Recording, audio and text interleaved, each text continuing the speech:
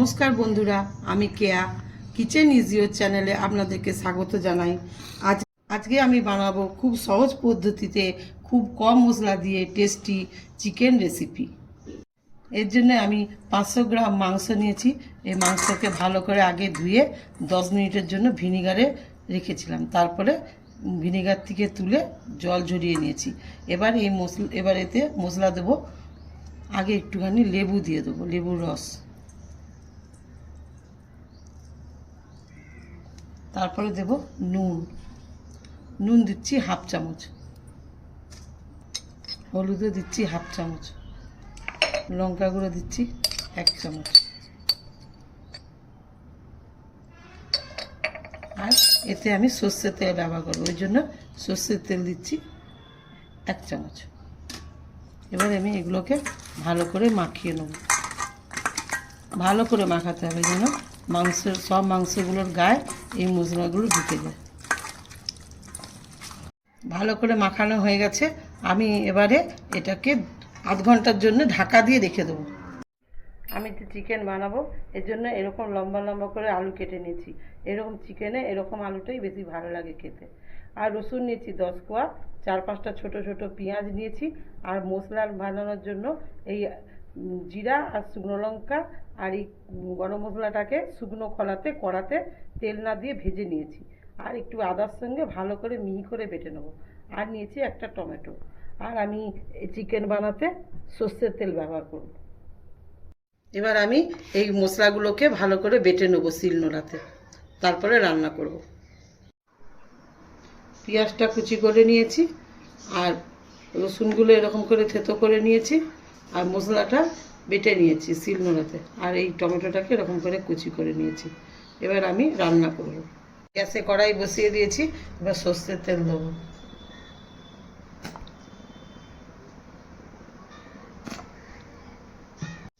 গরম তেলে কিছুটা নুন আর একটু হলুদ দিয়ে আলুগুলোকে ভেজে নেব।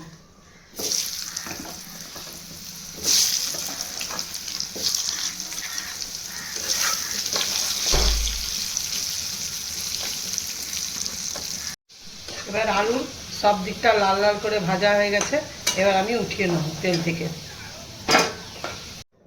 ওই তেলে আর একটু সর্ষের তেল দিয়ে একটা শুকনো লঙ্কা, একটা এলাচ, একটু দারচিনি আর একটু লবঙ্গ ফোড়ন দিয়ে দেবো। আর একটা তেজপাতাকেও ধুয়ে দিয়ে দেবো। এগুলো ভাজা ভাজা হয়ে গেলে রসুন থেতো করাটা দিয়ে দেবো।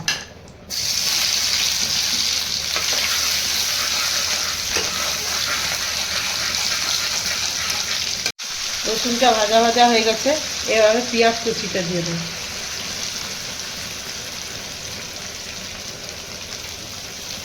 পেঁয়াজ কুচি দিয়েও লাল লাল করে ভাজবো ভালো করে।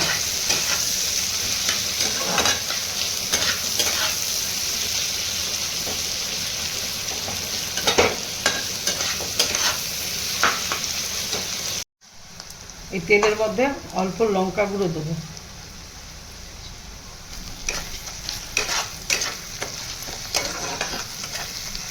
দিয়ে টমেটো কুচানোগুলো দিয়ে দেবো।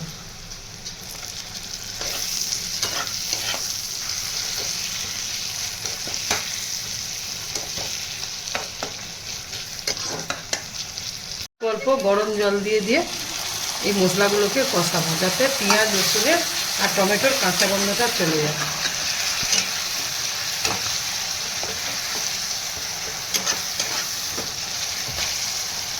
2-3 বার জল দিয়ে ভালো করে কষেছি।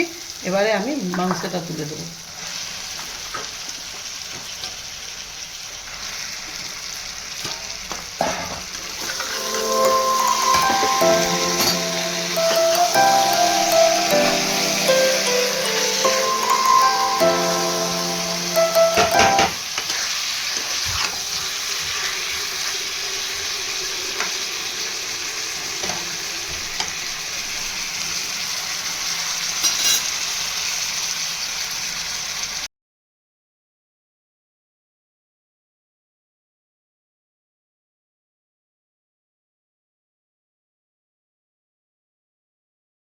ভাজা ভাজা হয়ে গেছে। দেখুন কেমন তেল ছেড়ে দিয়েছে। এবার আমি সেই মশলাটা দেবো যেটা আমি বেটে রেখেছিলাম, জিরা আর গরম মশলা আর আদাটা।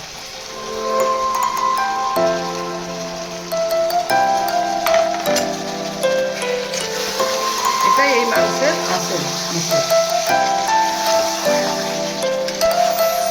অনেকভাবে তো আপনারা রান্না করেছেন, একবার এইভাবে রান্না করে দেখবেন।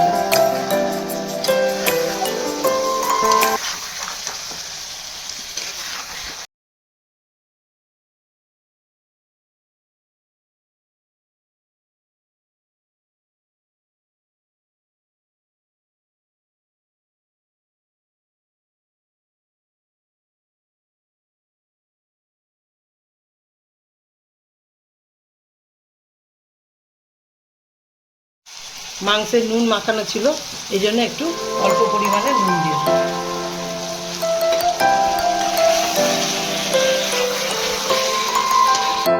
ভালোভাবে কষানো হয়ে গেছে মশলাটা দিয়ে। এবার আমি গরম জল দিয়ে দেবো।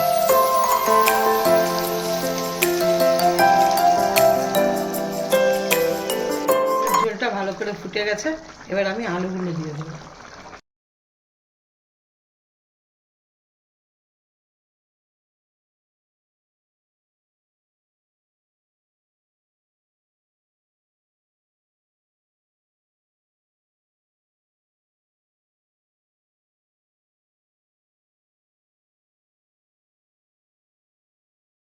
পার্সেন্ট সিদ্ধই করাই আছে, এবারে আমি ঢাকা দিয়ে আলুগুলো সিদ্ধ করে নেব।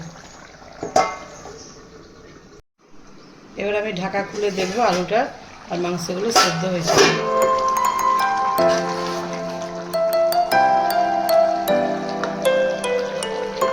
ভালো করে সিদ্ধ হয়ে গেছে। এবার আমি গ্যাসটা বন্ধ করে দেবো। বন্ধ করে 5 মিনিট ঢাকা দিয়ে আপনাদেরকে দেখাচ্ছি। 5 মিনিট হয়ে গেছে, এবার আমি আপনাদেরকে ঢাকা খুলে দেখাচ্ছি।